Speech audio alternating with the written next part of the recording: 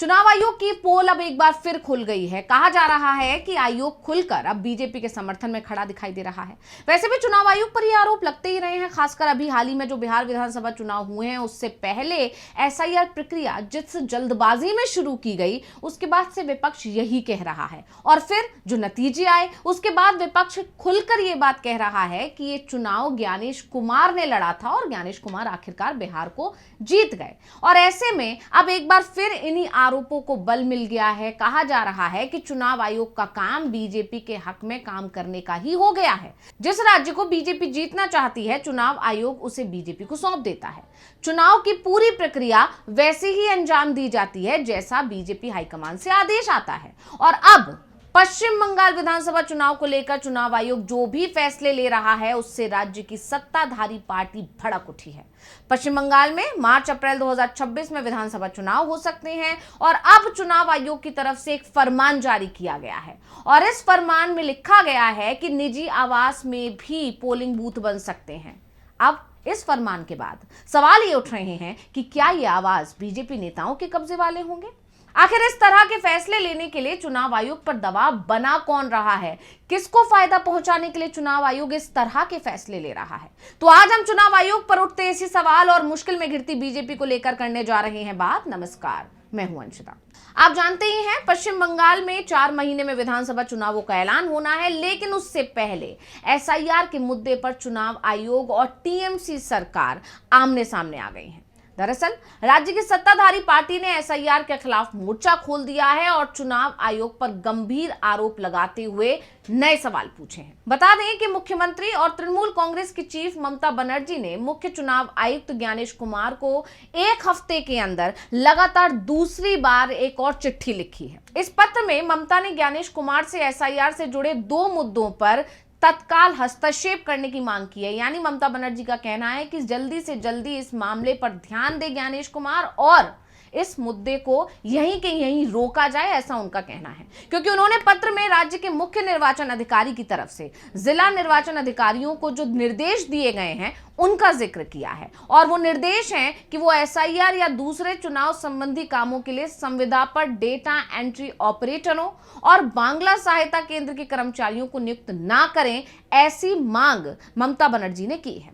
दूसरा मामला, निर्वाचन आयोग की तरफ से निजी आवासीय परिसरों के अंदर जो मतदान केंद्र स्थापित करने का प्रस्ताव दिया गया है, इस पर भी ममता बनर्जी ने आपत्ति जताई है। ज्ञानेश कुमार को लिखे गए अपने इस पत्र को ममता बनर्जी ने एक्स पर साझा किया और इस पत्र में उन्होंने हैरानी जताते हुए कहा कि क्या ये मामले एक राजनीतिक दल यानी कि भाजपा की मदद के लिए उठाए जा रहे हैं। यानी सीधे सीधे उन्होंने भाजपा और चुनाव आयोग के बीच की मिलीभगत है उस पर ही एक बार फिर सभी का ध्यान लाकर खड़ा कर दिया। पत्र में उन्होंने लिखा, मैं आपको 2 परेशान करने वाली लेकिन 2 जरूरी घटनाक्रमों के बारे में लिखने के लिए मजबूर हूं, जो मेरे ध्यान में लाए गए हैं और जो मेरे विचार से आपके तुरंत दखल के लायक हैं।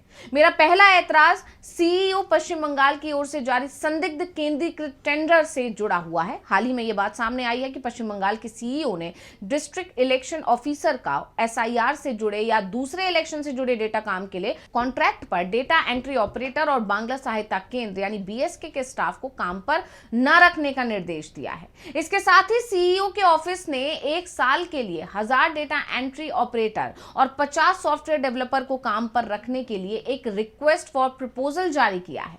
इससे गंभीर चिंताएं पैदा होती हैं। डिस्ट्रिक्ट ऑफिस में पहले से ही काफी क्वालिफाइड स्टाफ है और उन्हें अपना इंतजाम करने का अधिकार भी है। जब डिस्ट्रिक्ट ऑफिस में पहले से ही ऐसे काम करने वाले काफी काबिल प्रोफेशनल हैं तो सीईओ को उसी काम को पूरे 1 साल के लिए किसी बाहरी एजेंसी से आउटसोर्स करने की क्या जरूरत है? ये सवाल ममता बनर्जी ने अपने उस पत्र में पूछा है। इसके अलावा अपने पत्र में पश्चिम बंगाल की सीएम ने यह भी कहा कि पारंपरिक रूप से फील्ड ऑफिस हमेशा जरूरत के हिसाब से अपने खुद के कॉन्ट्रैक्ट वाले डेटा एंट्री कर्मचारियों को हायर करते रहते हैं। अगर कोई अर्जेंट जरूरत है तो डीईओ को खुद ऐसी हायरिंग करने का पूरा अधिकार है। तो फिर ऐसी क्या जरूरत है कि सीईओ का ऑफिस फील्ड ऑफिस की तरफ से ये रोल क्यों निभा रहा है? जो लोग पहले से हायर हैं और जिन्हें प्रस्तावित एजेंसी के जरिए हायर किया जाएगा, उनके बीच सर्विस की शर्तों या फिर कॉन्ट्रैक्ट की जिम्मेदारियों में क्या खास अंतर होने की उम्मीद है? ममता ने यह भी सवाल किया है कि क्या ये काम किसी पॉलिटिकल पार्टी के कहने पर अपने फायदे के लिए किया जा रहा है? इस आरएफपी की टाइमिंग और तरीका निश्चित रूप से जायज शक पैदा करता है, ऐसा कहना है ममता बनर्जी का। वहीं दूसरे मुद्दे पर भी ममता बनर्जी ने चर्चा की और वो दूसरा मुद्दा भी बेहद गंभीर है, क्योंकि ममता बनर्जी ने प्राइवेट हाउसिंग कॉम्प्लेक्स के अंदर पोलिंग स्टेशन बनाने के विचार का कड़ा विरोध किया है। उन्होंने कहा कि मेरे ध्यान में यह भी लाया गया है कि election commission private residential complex में पोलिंग स्टेशन बनाने पर विचार कर रहा है और डीईओ से सुझाव देने के लिए कहा गया है। यह प्रपोजल बहुत प्रॉब्लम वाला है। पोलिंग स्टेशन हमेशा से सरकारी या फिर सेमी गवर्नमेंट इंस्टीट्यूशंस में रहे हैं और रहने भी चाहिए। ऐसे में बेहतर होगा कि 2 किलोमीटर के दायरे में हो ताकि आसानी से पहुंचा जा सके और न्यूट्रलिटी बनी रहे। यानी उनका कहना है कि प्राइवेट बिल्डिंग्स में इस तरह के पोलिंग स्टेशंस नहीं बनाए जाने चाहिए, और ऐसा किया जा रहा है तो आखिर क्यों किया जा रहा है, इस पर उन्होंने सवाल उठाया है। उन्होंने ये भी कहा कि प्राइवेट बिल्डिंग्स में आमतौर पर साफ वजहों से जाने से बचा जाता है। वो प्रॉपर्टी से समझौता करती हैं, तय नियमों को तोड़ती हैं और खास अधिकार वाले लोगों और आम जनता, अमीर और गरीब के बीच भेदभाव पैदा करती हैं। ऐसे कदम पर आखिर सोचा ही क्यों जा रहा है? फिर क्या ये किसी पॉलिटिकल पार्टी के दबाव में अपने फायदे के लिए किया जा रहा है? अब अपने पत्र में उन्होंने 2 इन गंभीर मुद्दों को भी उठाया। इसके साथ ही उन्होंने चेतावनी देते हुए यह भी कहा कि ऐसे निर्णय के गंभीर परिणाम चुनावी प्रक्रिया की निष्पक्षता पर पड़ेंगे। इसके साथ ही ममता बनर्जी ने अपने पत्र में ज्ञानेश कुमार से तुरंत एक्शन लेने की बात की और अपनी बात को खत्म किया। उन्होंने कहा कि मैं आपसे गुजारिश करती हूं कि आप इन मामलों को पूरी गंभीरता, बिना भेदभाव और ट्रांसपेरेंसी के साथ देखें।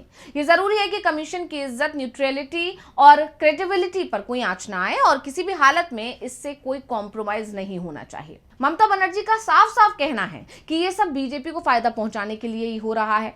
और बड़ी बात यह है कि ममता बनर्जी ने जो ये आरोप लगाए हैं, इन तमाम आरोपों को बल तब ज्यादा मिल गया था जब इससे पहले 20 नवंबर को भी पश्चिम बंगाल की मुख्यमंत्री ममता बनर्जी ने इसी तरह मुख्य चुनाव अधिकारी को एक पत्र लिखा था और उस पत्र में एसआईआर को अराजक, बलपूर्वक और खतरनाक करार देते हुए इस पर गंभीर सवाल उठाए थे। लेकिन गौर करने वाली बात यह है कि उनकी तरफ से जो चिट्ठी थी वो लिखी तो चुनाव आयोग को गई थी, लेकिन चुनाव आयोग की तरफ से इस पर कोई जवाब नहीं आया, बल्कि जवाब आया गृह मंत्री अमित शाह की तरफ से। और अमित शाह ने इशारों में उल्टा विपक्षी दलों को ही घेर दिया, सरकार को ही घेर दिया। उन्होंने बिना नाम लिए आरोप लगाया कि कुछ राजनीतिक दल मतदाता सूची के विशेष गहन पुनरीक्षण की प्रक्रिया में बाधा डालकर घुसपैठियों को बचाने का प्रयास कर रहे हैं। शाह ने यह भी कहा कि चुनावी प्रणाली की पारदर्शिता और सुरक्षा सुनिश्चित करने के लिए एसआईआर प्रक्रिया बहुत जरूरी है। यानी कहा जा सकता है कि पश्चिम बंगाल में भी बीजेपी घुसपैठिए का मुद्दा लाने की कोशिश कर रही है। लेकिन जिस तरह से देखा जा रहा है या जिस तरह से जो आरोप विपक्ष की तरफ से लगाए जाते हैं कि सवाल चुनाव आयोग से किया जाता है और जवाब बीजेपी की तरफ से आता है, वही चीज एक बार फिर देखने को मिली जब ममता बनर्जी ने चिट्ठी चुनाव आयोग को लिखी, जवाब अमित शाह की तरफ से आया। ऐसे में उन तमाम आरोपों को बल मिल जाता है जिसमें कहा जाता है कि चुनाव आयोग और बीजेपी एक दूसरे के साथ मिली भगत करके काम कर रहे हैं। चुनाव आयोग बीजेपी को जिताने के लिए काम कर रहा है और इन सब के बीच में निजी आवास में पोलिंग स्टेशंस बनाने का मुद्दा अब तूल पकड़ रहा है। यानी बीएलओ पर जिस तरह दबाव बनाया जा रहा है, उसके चलते तो पहले ही चुनाव आयोग और बीजेपी पर सवाल उठ रहे हैं कि कहीं ना कहीं चुनाव आयोग बीजेपी को मदद कर रहा है। वहीं दूसरी तरफ अब जिस तरह से पोलिंग स्टेशन बनाने का मामला निकल कर आया है, उसने भी नए सवाल खड़े कर दिए हैं। अब देखना यह होगा कि ममता बनर्जी की तरफ से चुनाव आयोग को जो चिट्ठी लिखी गई है, ज्ञानेश कुमार को जो चिट्ठी लिखी गई है, जो सवाल पूछे गए हैं, उन सवालों पर ज्ञानेश कुमार की तरफ से जवाब आएगा या इस बार भी बीजेपी की तरफ से जवाब देने की कोशिश की जाएगी और मुख्य मुद्दे से ध्यान भटकाने की कोशिश की जाएगी। तो स्पेशल रिपोर्ट आपको कैसी लगी हमें कमेंट करके अपनी राय जरूर दीजिएगा। इसी के साथ मुझे दीजिए इजाजत। देखते रहिए डीवी लाइव। नमस्कार।